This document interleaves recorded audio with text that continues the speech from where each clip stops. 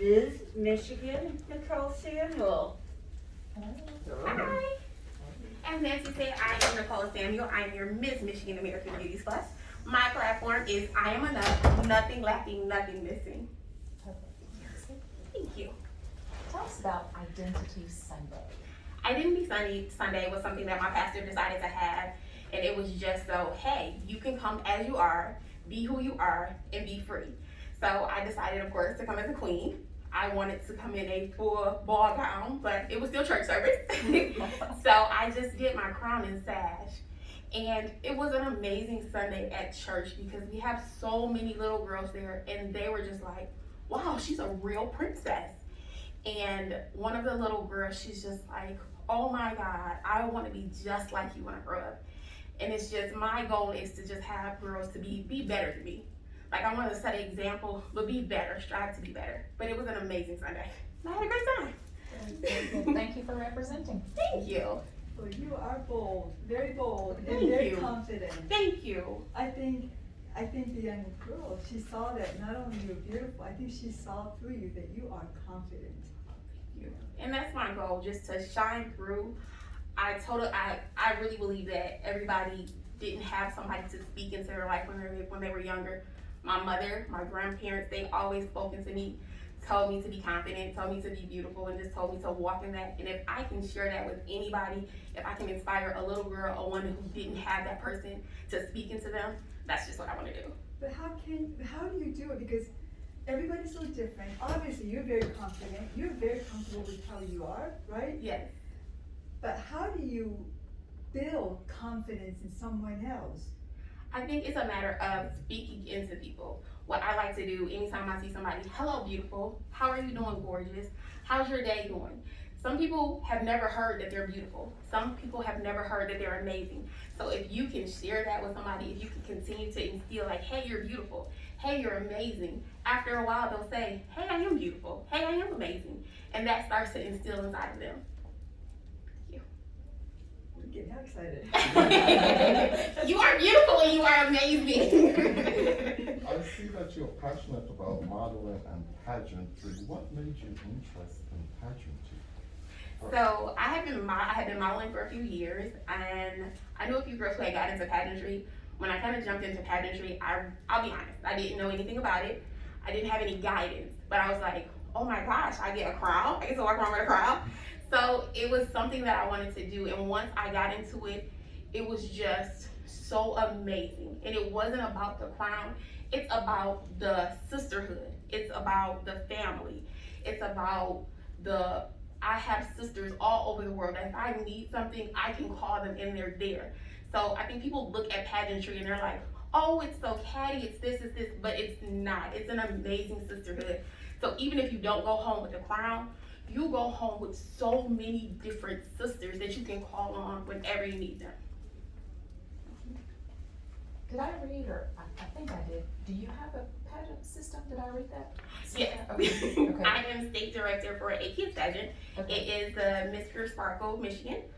Last year was my first year doing it, and of course I had so many big goals that I wanted to do for the girls, but of course COVID, everything kind of got stopped, so I still did an online pageant.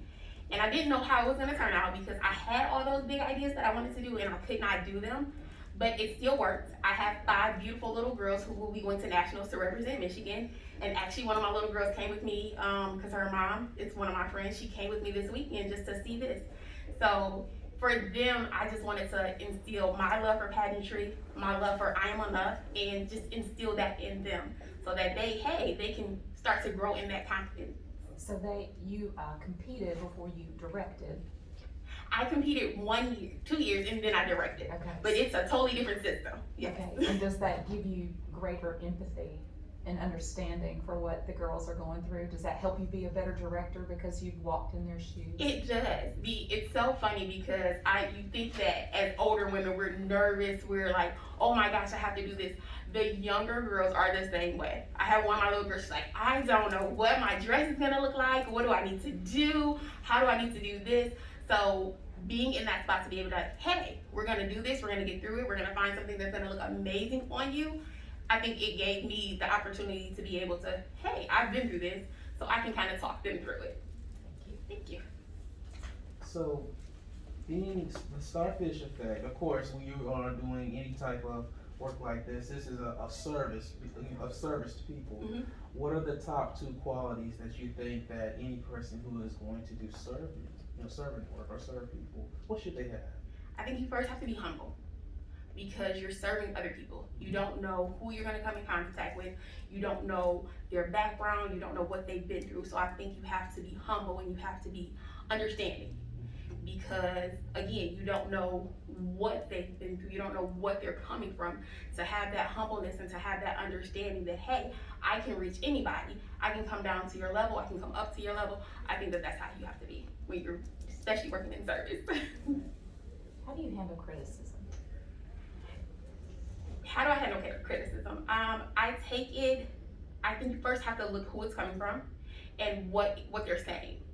So I have to, hey, is this something that I can build off of? Is it something that's going to help me be better?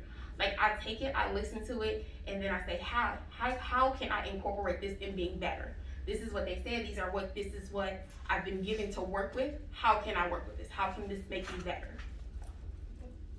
If you were to write a book about yourself, what would you title it? Your platform name? I would definitely title it my platform. I am enough, nothing lacking, nothing missing. Because I feel like that is definitely my brand. That's who I am. I boldly walk in. God created me to be this way. He created me beautifully and wonderfully. There's nothing lacking, nothing missing. He knew exactly who he was creating when he created me. He knows every single hair on my head. You are so positive. Have you always been this positive? I have been. I try to be.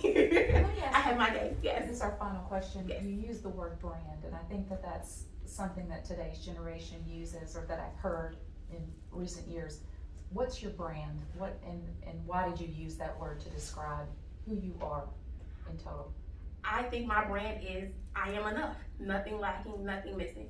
Your brand is what follows you. Your brand is how people remember you. If I walk out of here and you don't remember my name, you're going to remember that, hey, she said she's enough. She's lacking nothing. She's missing nothing. So that's why I say that that's my brand. So that I can walk. Anybody that I meet, you may not remember you. You may not meet me in person. You may just see me on the internet. But you will remember that, hey, she said she was enough. She was lacking nothing. She wasn't missing anything. So your brand is what you're remembered by. Your brand is what follows you. Thank you. Thank you. That's all our time today. Thank you so much. Thank you. Thank you. Thank you.